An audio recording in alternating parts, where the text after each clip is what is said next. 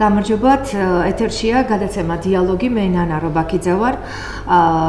დღევანდელი გადაცემა ხორციელდება ფინანსური მხარდაჭერით GIZ-ის პროექტი საქართველოს, მოლდოვისა და უკრაინის შორის ასოცირების ხელშეკრულების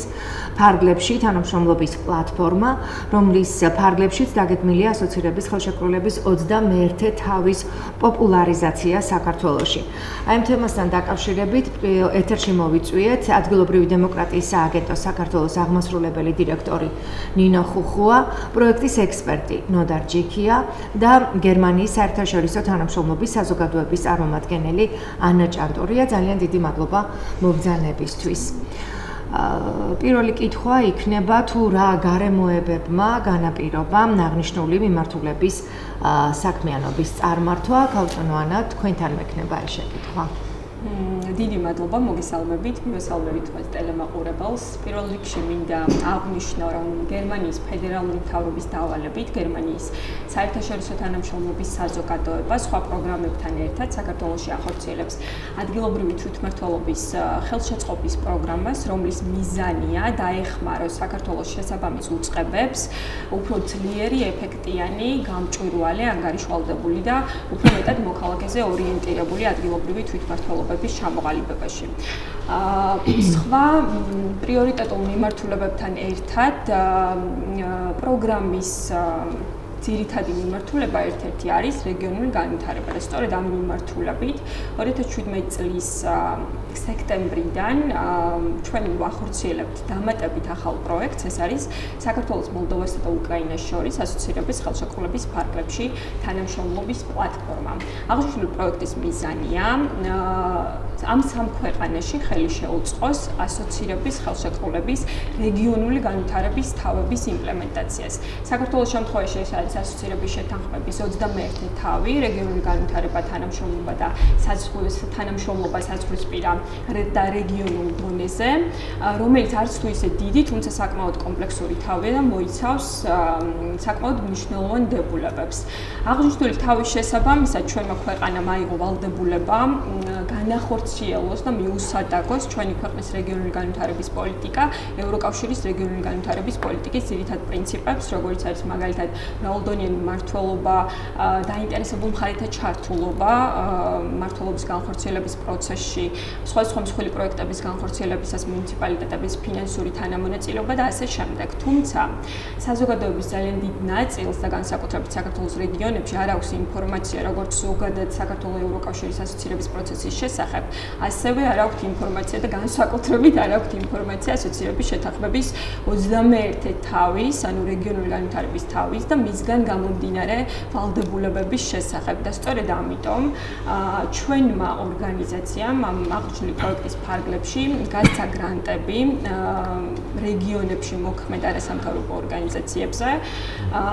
და ამის ფარგლებში ჩვენ ვახორციელებთ ასოცირების შეთანხმების რეგიონული განვითარების თავთან დაკავშირებით ცნობიერების ამაღლების კამპანიას და ერთ-ერთი არის იმერეთის რეგიონი. აი 21 თავის პოპულარიზაციის მიზნით კონკრეტულად რა საქმიანობას ახორციელებს GIZ, თუ შეიძლება მის შესახებ რომ გითხრათ. დიახ. ზოგადად პროექტზე და მასთან დაკავშირებულ ძირითად აქტივობებზე ალბათ ქალბატონი ნინო და ბატონი ნოდარი უფრო დაწვრილებით ისაუბრებენ, თუმცა ზოგადად გეტყვით, რომ GIZ მსგავს პროექტებს მხარს უჭერს საქართველოს 4 რეგიონში, ეს არის იმერეთი, კახეთი, სამცხე-ჯავახეთი და შიდა ქართლი და ყველა ამ პროექტის მიზანია, რაც შეიძლება მარტივ და გასაგებ ენაზე მივაწოდოთ საზოგადოებას ინფორმაცია, თუ რას გულისხმობს საქართველოს ევროკავშირის ასოცირების პროცესი, რა ვალდებულებები აქვს ჩვენ ქვეყანას აღებული რეგიონული განვითარების მიმართულებით, რა უნდა გაკეთდეს იმისთვის, რომ მიუსადაგოთ ჩვენი რეგიონული განვითარების პოლიტიკა ევროკავშირის სტანდარტებს და შესაბამისად რა უნდა გაკეთდეს იმისთვის, რომ ჩვენმა ქვეყანამ შეასრულოს ასოცირების ხელშეკრულების ამ თავით ნაკისრი ვალდებულებები. და აქედან გამომდინარე, თქვენი საქმიანობიდან გამომდინარე, ალბათ საინტერესოა გითხრათ თუ რა მოსალოდნელ შედეგებს ელოდება GIZ-ი აი ამ პროექტის განხორციელების შემდეგ. დიახ, GIZ-ის მოლოდინია, რომ ჯერ უნდა შესრულდება პროექტის მიზანი, რაც გულისხმობს იმერეთის რეგიონის 12-ვე მუნიციპალიტეტში საზოგადოების სხვადასხვა წარმომადგენლების, იქნება ეს მუნიციპალური ორგანოების წარმომადგენლები, იქნება ეს სამოქალაქო საზოგადოება, იქნება ეს მედია თუ მოქალაქეები, ამ საზოგადოების წარმომადგენლების ცნობიერების ამაღლებას ასოცირების შეთანხმების რეგიონული განვითარებით თავით გათვალისწინებულ თემებზე. და მინდა ვისარგებლო შემთხვევით და დიდი მადლობა გადავუხადე როგორც პროექტის განმახორციელებელ ორგანიზაციას LDA საქართველოს, ასევე პროექტში ჩართულ ექსპერტს ბატონ ნოდარს და მთლიანად პროექტის გუნდს და ასევე მინდა დიდი მადლობა GIZ-ის სახელით გადავუხადო სახელმწიფო რწმუნებულის ადმინისტრაციას იმერეთის რეგიონში და პირადად ბატონ გუბერნატორს, რომელიც პროექტის დასაწყისიდანვე გამოხატავს მხარდაჭერას ამ პროექტის მიმართ. დიდი მადლობა, გავტონინო, ძირითადად რა პრობლემებია დასმული, თუ შეიძლება ამის შესახებ რომ გითხრათ და როგორ გეგმავთ აი ამ საკითხებზე მუშაობას. მოგესალმებით, მივესალმებით თქვენს მაყურებელს. 2014 წელს, მაშინ როდესაც უკვე ჩვენ მოგვეყანა ასოცირების ხელშეკრულებაზე ხელმოწერით აიღო მთელი რიგი ვალდებულებები, ბუნებრივია, სამოქალაქო საზოგადოების გარკვეული ნაწილი, რომლის მანდატიც გარკვეულწილად უკავშირდება ევროპული ღირებულებების პოპულარიზაციას და მათ შორის ასოცირების დღის წესრიგით და ხელშეკრულებით გათვალისწინებული საკითხების ბის შესახებ საზოგადოების ინფორმირებულობას, მსგავსი პროექტები პირდაპირ თუ ირიბად ნამდვილი გამოძახილია იმისა, რომ ჩვენ საზოგადოებას დროული და რაც თავარია სწორი ინფორმაცია მივაწოდოთ სწორედ აი ამ მნიშვნელოვანი დოკუმენტით გათვალისწინებულ რიგ საკითხებზე. კაპიტანმა ანამ უკვე ისაუბრა, რომ ეს თემა და საკითხი ზოგადად ეხება ასოცირების ხელშეკრულების 21 თავს, რომელიც რეგიონულ განვითარებას უკავშირდება და სწორედ პროექტიც თავის მხრივ და სახელწოდებაც გამომდინარეობს ძალიან მარტივია სახელწოდებაც გვეუბნება გარკვეულწილად რას ემსახურება ჩვენი პროექტის ფარგლებში გათვალისწინებული აქტივობები. ანუ ეს არის იმერეთის მხარეში ევროკავშირის ასოცირების პროცესის შესახებ საზოგადოების ინფორმირებულობა, კონკრეტულად კი 21 თავით გათვალისწინებული საკითხების. მართალია რომ 21 თავს რაღაც სამუხს მოიცავს და ძალიან შაბლონური თქვათ ჩანაწერია, თუმცა ამ ჩანაწერს აქვს თავისი თავმდევი დოკუმენტები, რომელიც გაცილებით უფრო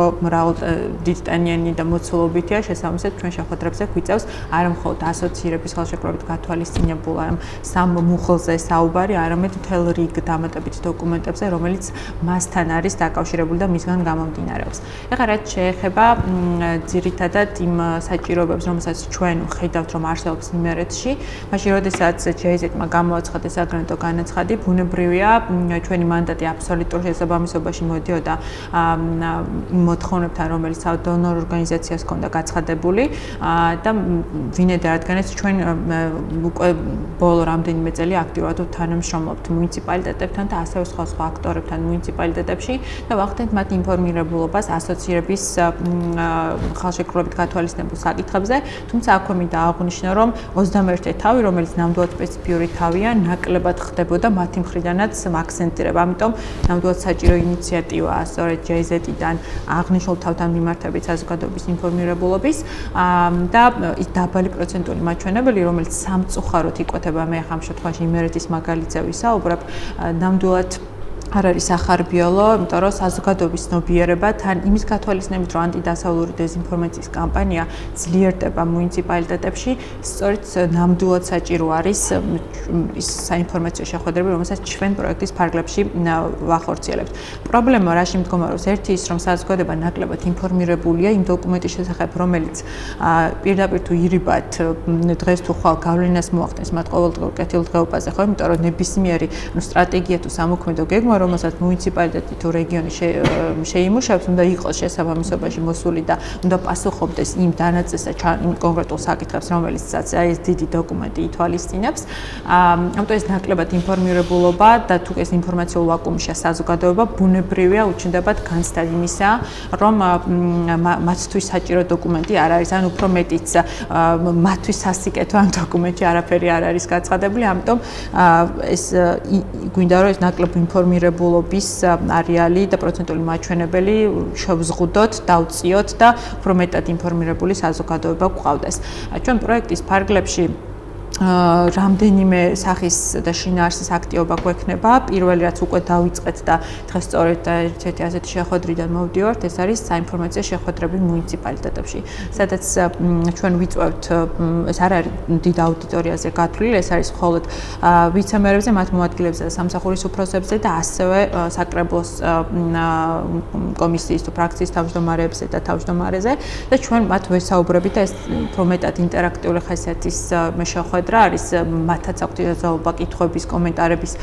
გაკეთების, რაც საშუალებას მოგვცემს, რომ კიდევ უფრო მეტად სწორი, ესე ვთქვათ, აქცენტები დავსვათ მსგავს შეხვედრებზე სხვა მუნიციპალიტეტებში.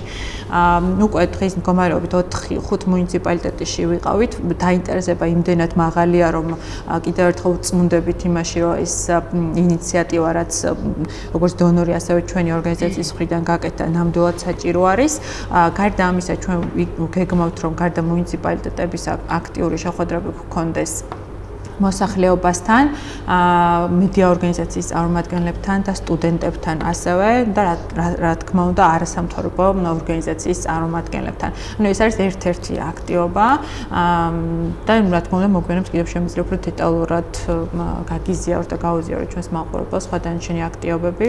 აი ბენეფიციარების შესახებ რომ გითხრათ მაშინ მან არიან. ბენეფიციარები პრაქტიკულად უკვე აღვნიშნეთ, თუმცა კიდევ დავაკონკრეტებთ, რომ ეს იქნება იმერეთის მხარის 12-ვე მუნიციპალიტეტის ადგილობრივი თვითმმართველობის წარმომადგენლები, იქნება მედია ორგანიზაციის წარმომადგენლები, არასამთავრობო ორგანიზაციის წარმომადგენლები და სტუდენტები. პრაქტიკულად ყველა ესეთ საზოგადოების სხვადასხვა ჯგუფის წევრებს ვიკრიბავთ ამ პროექტის იურგვლივ იმისთვის, რომ გაცილებით უფრო ფართო მასშტაბებისთვის გახდეს ცნობილი, როგორც ასოცირების 21 თავით გათვალისწინებული საკითხების შინაარსი და ზოგადად ამ დოკუმენტის მნიშვნელობა. დიდი მადლობა, ბატონო და თქვენთან მექნება შეკითხვა რეგიონული განვითარების თვალსაზრისით 2014 წლიდან დღემდე რა აქტივობები განხორციელდა და ზოგადად რა აქტივობებს ითვალისწინებს პროექტი. მეც მოგესალმებით, მივესალმები თქვენს ტელემაყურებლებს, ზოგადად 2014 წლამდეც ამ მხრივ საკმაოდ ბევრი რამ განხორციელდა ქვეყანაში, რაც ასევე ევროკავშირთან მოიხსენებოდა ჩვენ სანამ ასოცირების ხელშეკრულება გაფორმდებოდა, იყო სამოქმედო გეგმები და იქ იყო ნაკისი ვალდებულები და მათ შორის 2010 წლის 25 ივნისს საქართველოს მთავრობამ დაამტკიცა რეგიონული განვითარების სტრატეგია. რომლის საფუძველზე შემდეგ უკვე შეიქმნა ანალოგიური ფორმატის სამუშაო ჯგუფები მათ შორის იმერეთის რეგიონშიც და 2012 წლის 5 სექტემბერს პირველად მოხდა აღნიშნული სტრატეგიის დამტკიცება. თუმცა შემდეგ როცა უკვე ახალი ხელისუფლება მოვიდა არჩევნების შედეგად საქართველოში, მათ მიიღეს თავის მხრივ დეცენტრალიზაციის და თქვათ ადგილობრივი თვითმმართველობის მოწყობის ახალი სტრატეგია, რომლის საფუძველზეც უკვე დაიწყო და მომზადებული იქნა 2013 წელს საქართველოს ადგილობრივი თვითმმართველობის კოდექსის პროექტი, რიგი თამდევი სხვა საკანონმდებლო აქტები და პირველი ამ კუთხით, რაც მრავალდონიან მმართველობა თვითმმართველობის დეცენტრალიზაცია, რაზეც თქვათ იგივე 21 თავში ასოცირების ხელშეკრულების საუბარია და ნაკის ვალდებულებებს, სწორედ აღმოჩნდა პირველი კომპონენტები ამ მიმართულებით. ამან თავისუფლად გამოიწვია, როგორც გითხარით, უკვე სტრატეგიებზე ხელახალ მუშაობის დაწყება რეგიონებში და უკვე 2014 წლის თვითმმართველობის არჩევნების შემდეგ, როცა თავისუფლად არჩევნების შედეგების გამოცხადებიდან ძალად შევიდა აღნიშნული თვითმმართველობის კოდექსი, ამან ფაქტიურად უკვე 2 თვის შემდეგ, როგორც იყო ვალდებულება, გაიმართა იმერეთის სამხარეო საკონსულტაციო საბჭოს პირველი სხდომა, მანამდე იქ იყო თემატური სამუშაო ჯგუფები, რომლებმაც საკმაოდ სერიოზული მუშაობა გააცია სამხრეთ, ფაქტობრივად გადახალის და გარკვეულწილად და საერთოდ ახალი ბევრი მართულების ანუ სამთავრობო პროგრამიდან გამომდინარე მომზადებული იქნა სტრატეგიის ახალი ვერსია, რაც თავის მხრივ 2014 წლის დეკემბერში მოიწონა სამხარეო საკონსულტაციო საბჭომ, რაც წარადგინა შესაბამისად შემდეგ კომისიას და მთავრობას და უკვე 2014-21 წლებზე იქნა გაწერილი ფაქტურად იმერეთის რეგიონული განვითარების სტრატეგია. გარდა ამისა და თვითმმართველობის კოდექსიდან გამომდინარე, ასევე ზოგადად ქვეყნის მთავრობის მიერ მიღებული იქნა ესეთი პროგრამა 2015-2017 წლებში საქართველოს რეგიონული განვითარების პროგრამა, რომელმაც 2017 წლის დასრულებასთან ერთად ფაქტურად დაასრულა მოქმედება. დღეს გამარჯვებით მთავრობა მუშაობს ამ გეგმის ახალ ვერსიაზე 2018-2020 წლებზე, რომლებიც იქნება გაწერილი და კონკრეტულად იგივე იმერეთის ამ სამხარეო სტრატეგიიდან გამომდინარე, შემდეგ მომზადებული იქნა სამოქმედო გეგმა 2015-2017 წლთან დაკავშირებით. სამწლიანი ფაზა, იქ 682 სხვადასხვა ინფრასტრუქტურული ხასიათის მქონე პროექტები იქნა გათვალისწინებული, შესაბამისი ფინანსური წყაროების მითითებით, შესაბამისად უკვე განხორციელებული ორგანიზაციების მიხედვით და პერიოდულად ხდებოდა თქვათ გასვლითი ღონისძიების ორგანიზება თქვათ სხვადასხვა მუნიციპალიტეტებში, მათთვის ადგილობრივი თვითმმართველობის ხელმძღვანელთათვის და თქვათ საზოგადოებისთვის ამ სამოქმედო გეგმით გათვალისწინებული პროგრამების გაცნობა, მათ შორის თქვენი ტელეეთერითაც არაერთხელ ყოფილა როგორც ხარის ხელმძღვანელობა, ისევე კონკრეტული თვითმმართველები და არასამთავრობო ორგანიზაციების მიმართულებით და პერიოდულად შედიოდა მერე მასში ცვლილებები 2016 წელს აგვისტოს თვეში იმერეთის ქუთაისის საკრებულომ დაამტკიცა ქუთაისის საშუალოვადიანი განვითარების სტრატეგია 2021 წლამდე გათვლილი. მიღებული იქნა ასევე დამტკიცებული იქნა მისი სამოქმედო გეგმაც, მოხდა მისი გაწერა რამდენიმე წლის პრიორიტეტების დოკუმენტში ქუთაისის მასშტაბით და ნაწილი იმ პროგრამების უკვე რეალიზებულია, ხოლო ნაწილი დანარჩენი პროგრამები, რაც სამოქმედო გეგმაში იყო, უნდა მოხდეს მისი ჩაშლა 2018 და შემდეგი წლების თვითმმართველი ერთეულის ბიუჯეტში. აქედან გამომდინარე ვამბობ, რომ რაც შეიძლება კარგია, როცა დასრულდება ჩვენ შემდეგ უკვე თავიდან როცა მოაწყო ელდია საქართველოს პროექტის პრეზენტაცია, მხარის გუბერნატორი და მისი მოადგილეები მონაწილეობდნენ და სხვადასხვა სამსახურის ხელმძღვანელები, ისევე როგორც იმერეთის 12-ვე თვითმმართველი ერთეულის ხელმძღვანელი პირები, საკრებულოს თავმჯდომარეები და მერები და გარკვეულწილად იქედანაც საუბა, რაც შეიძლება მალე იქნება მათგან მოწოდებული კონკრეტული საკონტაქტო პირები, ვინც ჩაერთვება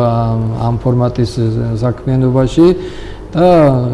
ყოველდღიურ რეჟიმში უკვე გვექნება საპროექტო ჯგუფს მათთან გარკვეული კონსულტაციები, რათა კიდევ ერთხელ ვიძახი ის თუნდაც ის 682 პროექტი, რომელიც უნდა განხორციელდეს 15-17 წლებში, ბევრი მათგანი განხორციელდა, ბევრი მათგანი ჩანაცვლა სხვა პროგრამებით და გარკვეულწილად ამის ანალიზიც მოხდება, შესაბამისი მასალების გამოცემაც მოხდება, უკვე ახალი გეგმები როცა იქნება დამტკიცებული კონკრეტული მუნიციპალიტეტების მიხედვით თუ რომელ მუნიციპალიტეტში ინფრასტრუქტურის სახის პროექტების განხორციელება უახლოეს მომავალში დაგეგმილი და გარდა ამისა გარკვეულწილად აღნიშნული ფორმატის შეხვედრაზე თქვათ ერთ-ერთი შეიძლება გაჟღერდეს კიდეც ეს იყო რომ ყველა მუნიციპალიტეტს რომ გააჩნდეს ისეთივე გრძელვადიანი თქვათ განვითარების სტრატეგია. ამას თავის მხრივ მარტო ადგილობრივი თვითმმართველობის წირი ფინანსები ვერ ეყოფა, კონკრეტულად ჩვენ დღესაც გქონდა დონორთან ამასთან კომუნიკაცია, მათი მეშვეობითაც ალბათ კარგი იქნება თუ იმერეთში რაღაცნაირად იქნება ორგანიზებული დონორთა კონფერენცია, რათა თავის მხრივ კიდევ ერთხელ ვამბობ, ესეთი გარკვეული ფინანსური დახმარებაც და მათი კონტრიბუცია წარადგება ზოგადად მხარის განვითარებას, იმიტომ რომ აქა მიმართულებები რომ იგივე ტურიზმი, გარემოს დაცვა, იგივე ნარჩენების მართვა, ტრანსპორტი, კომუნიკაცია და რა ვიცი, მთელი ისეთი საკითხები, მათ შორის ჯანდაცვის ხელმისაწვდომობის უზრუნველყოფა, რომელიც სხვადასხვა კვლევის მიხედვით მაინდამაინც ჩვენ რეგიონის მუნიციპალიტეტებს ვერ აქვს საკმაოდ მოწოდების სიმაღლეზე და ზოგადად ეს ასევე ითვალისწინებს დამატებით კონფიგურაციას, ანუ ერთობლივ გადაწყვეტილების მიღებას თვითმმართველობებიდანაც ასევე გათვლილია, რომ მეტი დეცენტრალიზაცია განხორციელდეს ქვეყანაში, გადასახადების უფრო სწორად რანჟირება, იქ ტრანსფერის გათანაბრების ფორმულის კიდე დახვეწა და რა ვიცი, არის საკმაოდ ბევრი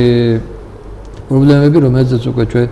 როცა ქონდა გასვლები მუნიციპალიტეტებში, ქონდა საუბარი, ეს ეხება ასევე წყალმომარაგების საკითხებს,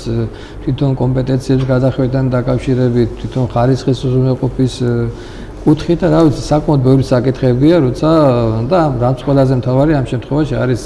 მზაობა, რომ ეს არასამთავრობო სექტორის, თქვა და ის სამთავრობო ჯგუფიც, მათ შორის ყველა თვითმმართველობა და მათ შორის სამხარეო ადმინისტრაცია და ცენტრალური ხელისუფლებაც, რომელიც ერთობლივად აკეთებს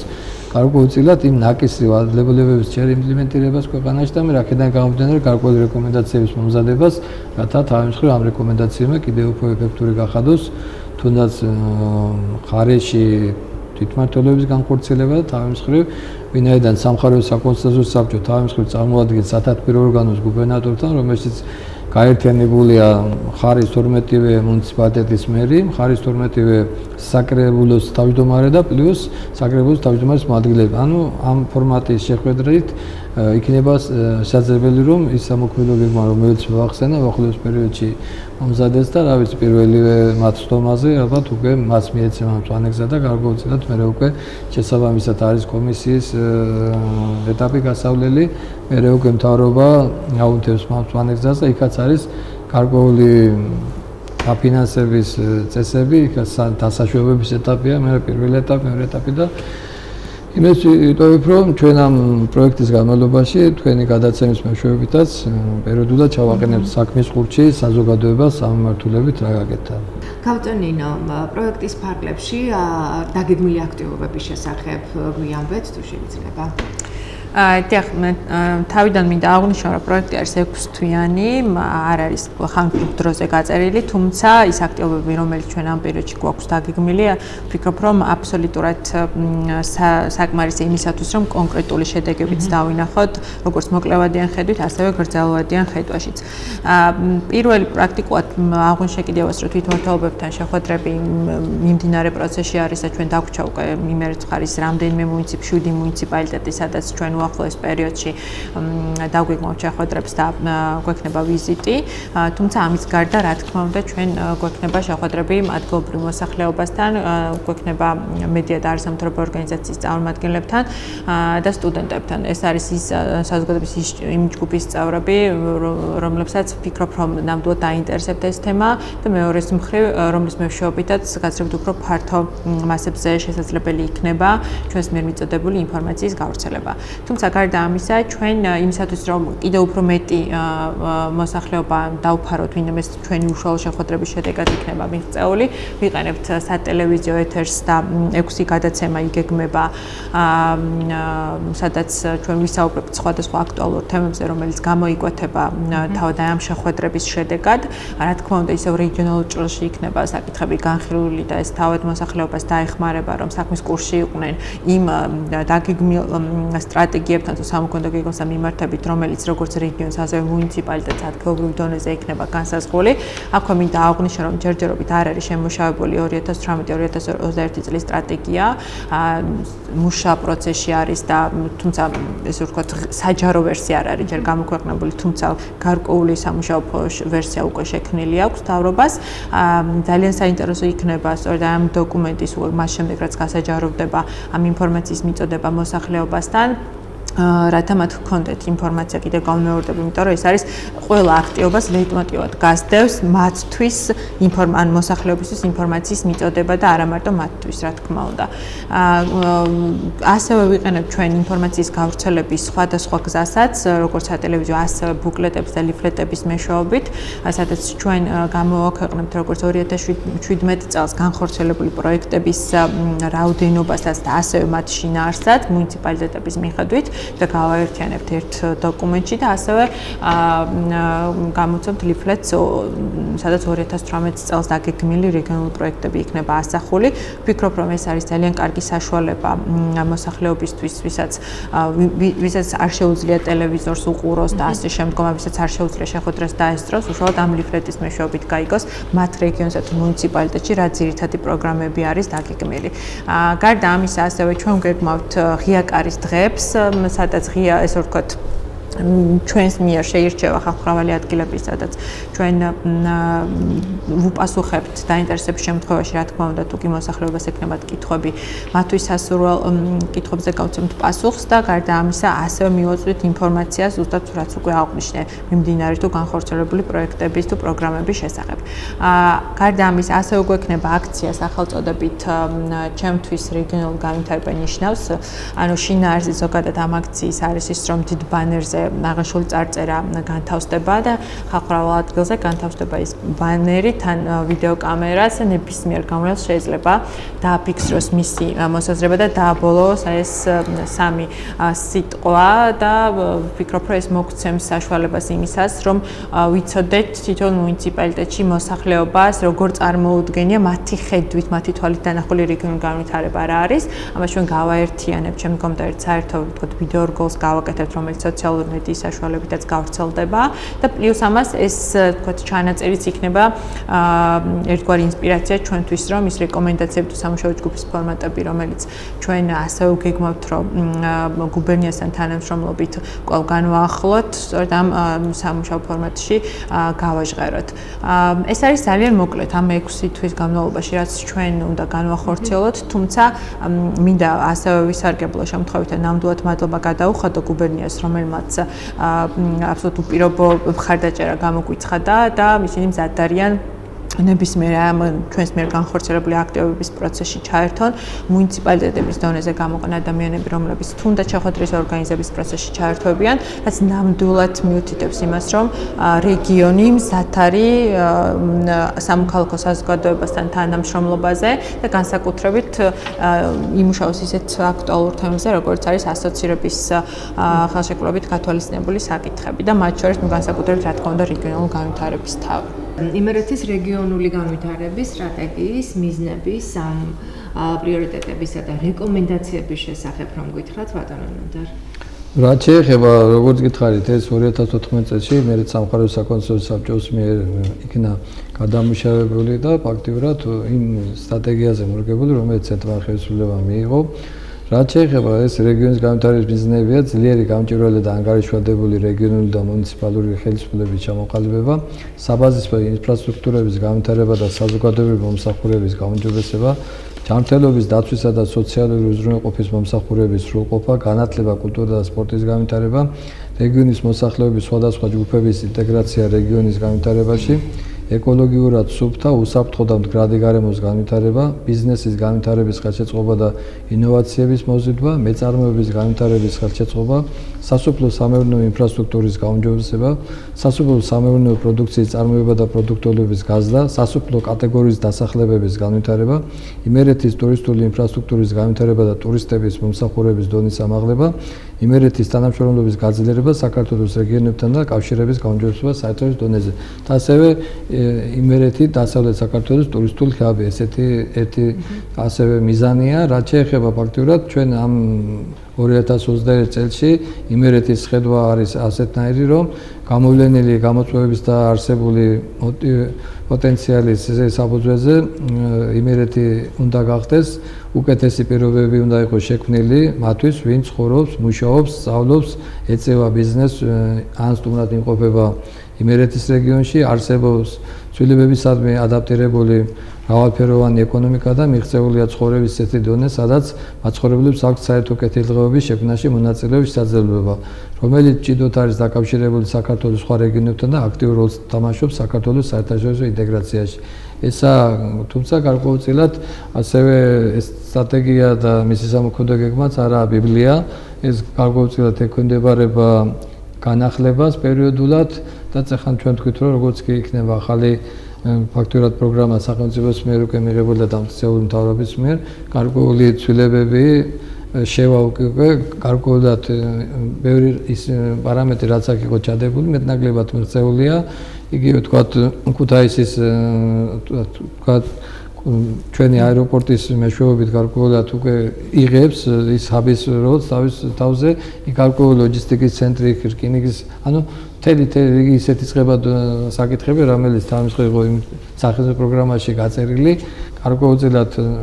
პრაქტიკულად რეალიზაცია უფრო დაჩქარდა მთელი მიმართულებებს. რეკომენდაციების ნაწილსაც შეეხება საბოლოო ჯამში ჩვენ რო ვთქვით, რომ როცა დასრულდება პროექტი, გარკვეული რეკომენდაციები დაედება.